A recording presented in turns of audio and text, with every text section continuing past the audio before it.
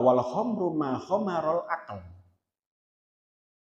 Yang dimaksud dengan homer adalah sesuatu yang menutupi akal sehat. Akal sehat itu adalah menentukan kebenaran dan bisa menjadi apa? Sumber kebenaran dalam agama. Jadi saya sering mengatakan agama kita itu, yakni agama Islam, itu sumbernya ada dua sejatinya, yakni wahyu dan akal sehat. Wahyu itu apa? Al-Quran dan Al-Hadis. Nah, apa cukup dalam beragama menggunakan wahyu? Tidak cukup. Harus menggunakan akal sehat.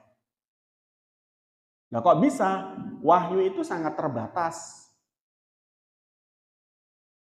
Wahyu itu kalau Al-Quran dia hanya sekitar 6.060 sekian ayat. Kalau Al-Hadis juga terbatas. Karena setelah peninggal Nabi tidak ada hadis lagi. Sementara perkembangan daripada hukum itu sangat berkembang sekali. Berkembangnya disesuaikan dengan perkembangan waktu dan tempatnya. Takhayyurul ahkam bitakhayyuril amkinah wal asminah. Perubahan hukum itu nanti akan tergantung pada tempat dan pada waktu tertentu. Yang artinya apa? Tadi saya katakan wahyu itu akan berhenti ketika Nabi Muhammad sudah tidak ada, baik Al-Quran atau Al-Hadis. Sementara perkembangan zaman ada muncul banyak hukum-hukum baru yang belum tertuang di dalam Al-Quran secara tekstualis dan tidak juga tertuang di dalam Al-Hadis secara tekstualis pula. Namun sekali lagi, meski masalah-masalah yang berkembang itu tidak tertuang di dalam tekstualis, baik Al-Quran maupun Al-Hadis, Al-Quran Al-Hadis itu sholihul likulli zaman wa makan.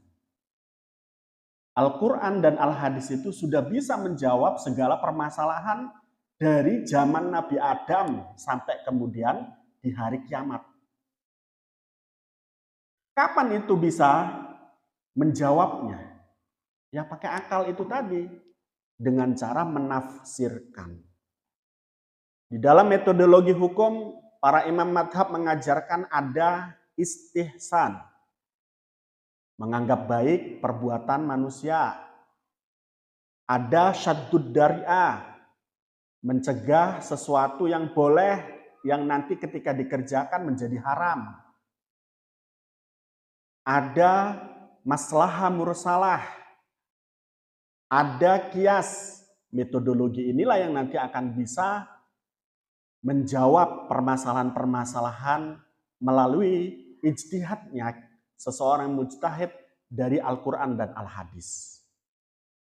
Contoh kecil adalah kita punya permasalahan narkotika. Narkotika itu tidak ada di dalam Al-Quran. Al-Quran hanya mengatakan innamal khamru wal maisiru wal ansabu wal azlamu rijsun min amali syaitan fajtanibuhu la'alakum tuflihun.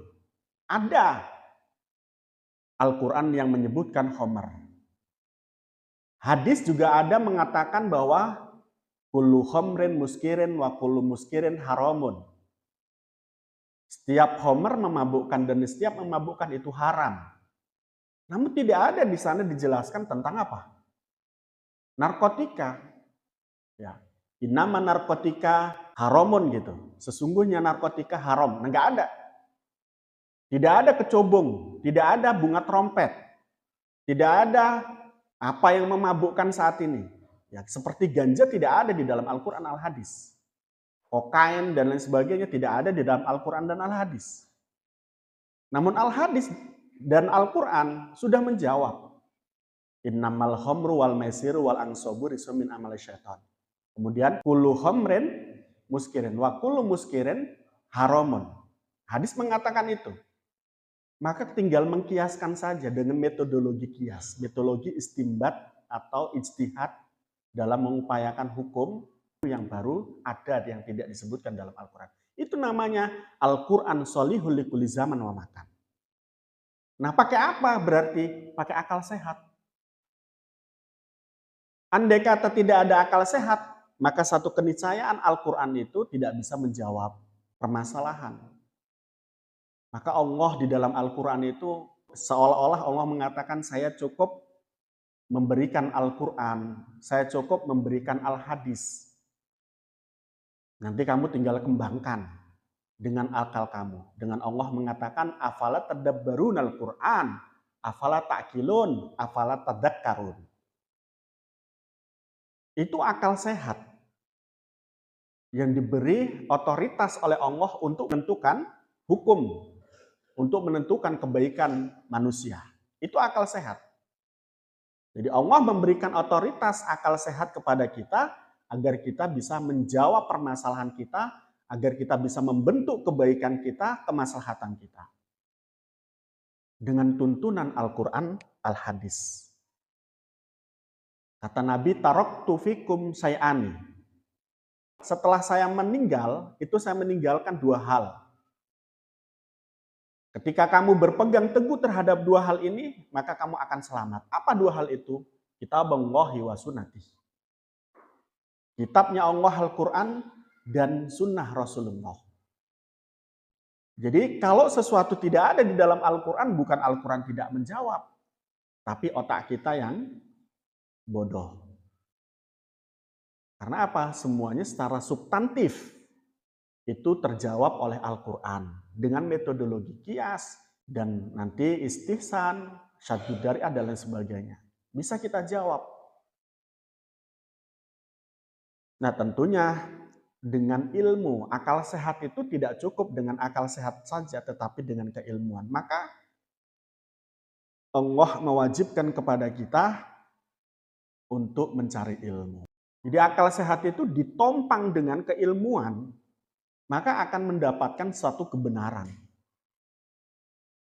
Lah kok ternyata ada orang minum homer, ya sudah tertutup sudah otaknya, akal sehatnya.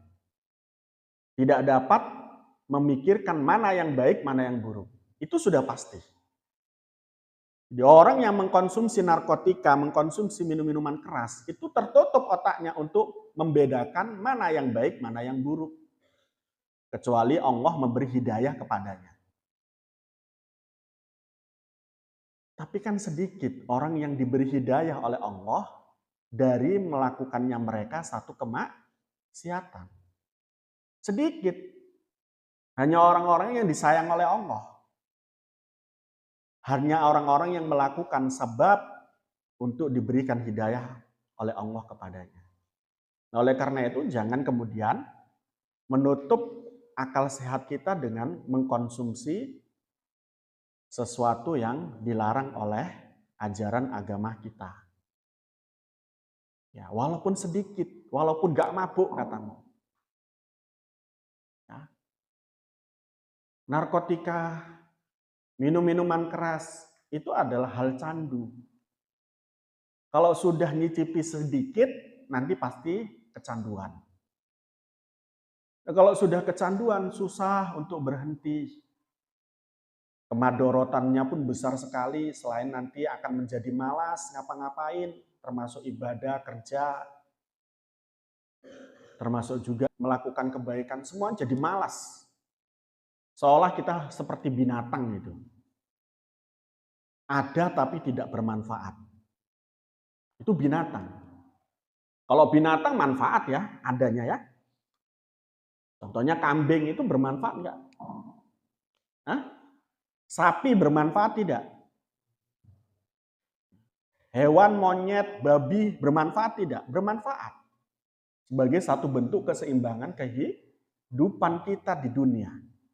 Andai kata tidak ada mereka, tidak ada pengurai, tidak ada dan lain sebagainya. Itu yang kita sebut dengan simbiosis mutualisme dalam istilah rangkaian menguntungkannya manusia dengan hewan dan tumbuhan yang atau makhluk lain. Ini masih ada manfaatnya. Lah kalau kita akan jadi beban keluarga. Andai kata kita mengkonsumsi narkotika. Andai saja kita mengkonsumsi miras. Andai kata kita mengkonsumsi zat-zat terlarang. Hanya keluarga yang terbebani, tidak. Negara akan terbebani juga. Jadi seolah kita itu menjadi sampah masyarakat. Menjadi beban negara. Dan juga menjadi beban agama. Agama akan tercoreng juga karena melakukannya kita perbuatan-perbuatan yang maksiat. Katanya orang Islam, orang Islam punya kebudayaan minum-minuman keras ya ternyata. Itu yang akan nanti terekspos, terpotret oleh masyarakat di luar Muslim itu. Manusia atau masyarakat Muslim itu suka nyolong ya. Kenapa? Karena mereka butuh duit untuk apa? Membeli narkotika itu tadi. Dan mereka tidak kerja. Maka nyolong yang dilakukan. Itu yang akan terekspos. Menjadi beban agama, iya. Mencoreng nama agama, betul. Makanya harus berpikir panjang ketika mengkonsumsi narkotika. Ingat, wal khamru ma khamarul aqlu. Homer yang disebut Homer adalah segala sesuatu yang dapat menutup akal sehat untuk bekerja.